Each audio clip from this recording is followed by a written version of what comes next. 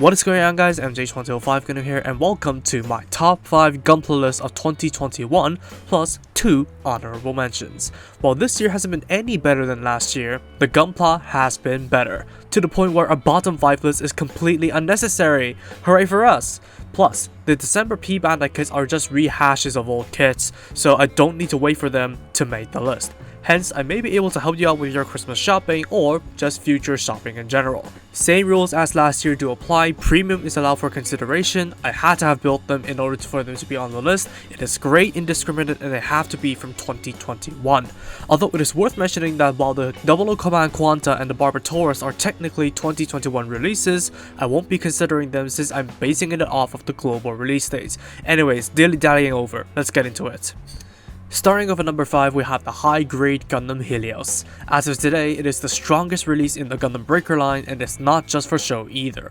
Almost everything on the kit is original, it looks spot on, it is fun to pose, and offers a good amount of features for just 2,300 yen, or around $20 US. There are quite a bit of leftovers that take up a bit of the kit's contents, which is quite annoying, but the one thing I have big qualms with is the polycap strength, as the arms and waist don't stay together as well as I'd like. Plus, the wings being in the way doesn't help it either, but needing nothing more than an easy fix, it's still a very strong release that you can consider trying out. At number 4, this Master Grade literally steps in to eclipse the high grades, the Master Grade Eclipse Gundam. Okay, maybe not entirely more preferable to some of the other kits on the list, but for 5,000 yen or $44 US, you're getting a rather striking looking Gundam with bold colors, a uniquely engineered generic Gundam loadout, a full transformation into a race car alt mode, and an action base. I must admit the waist joint is a little weak for the heavily advertised Cosmic Era backpack compatibility, and the leg armor isn't necessarily accurate. However, for what you get in the box, I say it is worth it if you want to indulge a little and experience Gundam Seed Eclipse. Although not looking like something from Seed, let's be honest here, but still, pretty damn good kit. Next up at number 3, we have the high-grade Gundam Death Scythe. Now you guys are gonna kill me if I don't put this on the list because I have given it full marks before I revamped the grading system, but I still uphold that strong opinion even now. From the accurate representation to the frame engineering for more articulation to the color separation, I can't fault this thing for anything at all. The one thing that may be a turnoff is the number of features, as there really isn't much, being the beam scythe and the buster shield. But considering that is only 1,500 yen or around $13 US, it's honestly worth getting just for the engineering alone.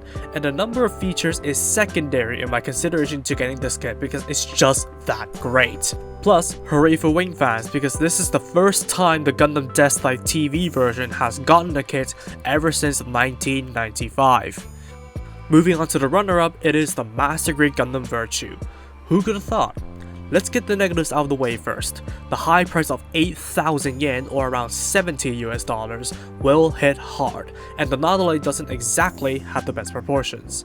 But that's all I can fault this kit for. You get 1.5 kits, both of which look good and have sufficient articulation for each of them, both loadouts and parts to replicate all of their capabilities, and a smooth conversion mechanic for that money.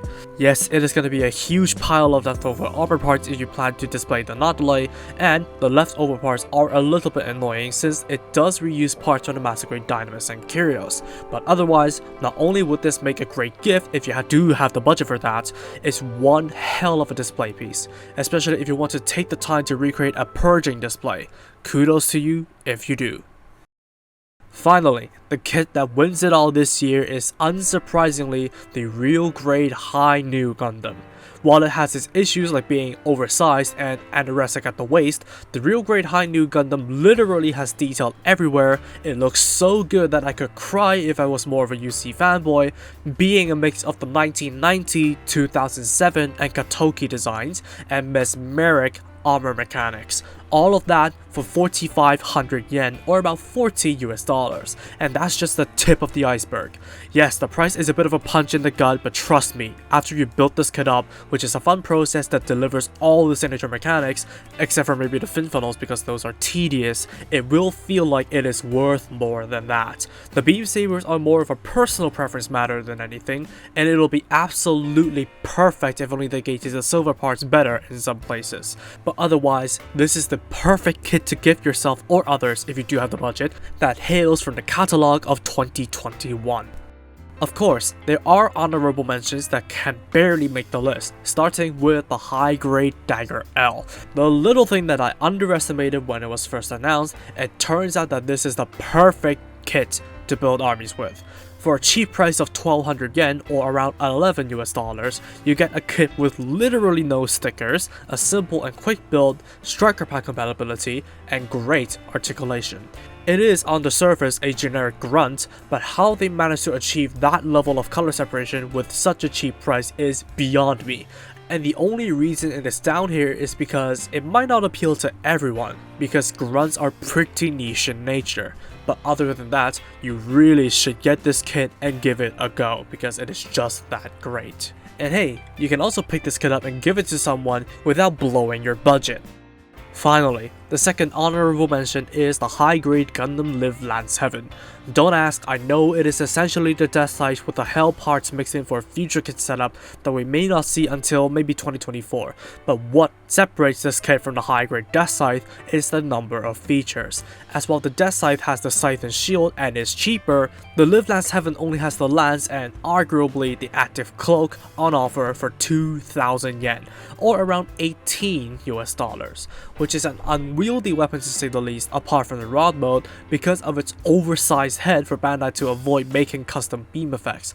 But apart from that real gripe that drags the worth down in my mind, it is still undeniably the second strongest release of the Breaker line thus far because of its looks, its articulation, and what the leftover pieces implicate for the future high-grade After Colony releases. So overall, it is still a fine kit to try out yourself or gift it to others. And those are my top 5 kits of 2021 plus 2 honorable mentions. But if you do have any kits that you think deserve a spot on here, do tell me in the comments below. And just a reminder that this kit only consists of ones that I've built, so it is possible that those I haven't deserve a spot on the top 5 as well. Hopefully this list helped you out with your Christmas shopping for this year, and feel free to discuss your own list in the comments below. And let's toast to another good Gunpla year for 2022. And with that said, thank you all so much for watching this video. If you did like it, please be sure to drop a like, comment, and also subscribe for more Gunpla reviews, Gunpla news, and all that kind of stuff. I wish you all a Merry Christmas everybody, and I'll see you all in the next video. Peace.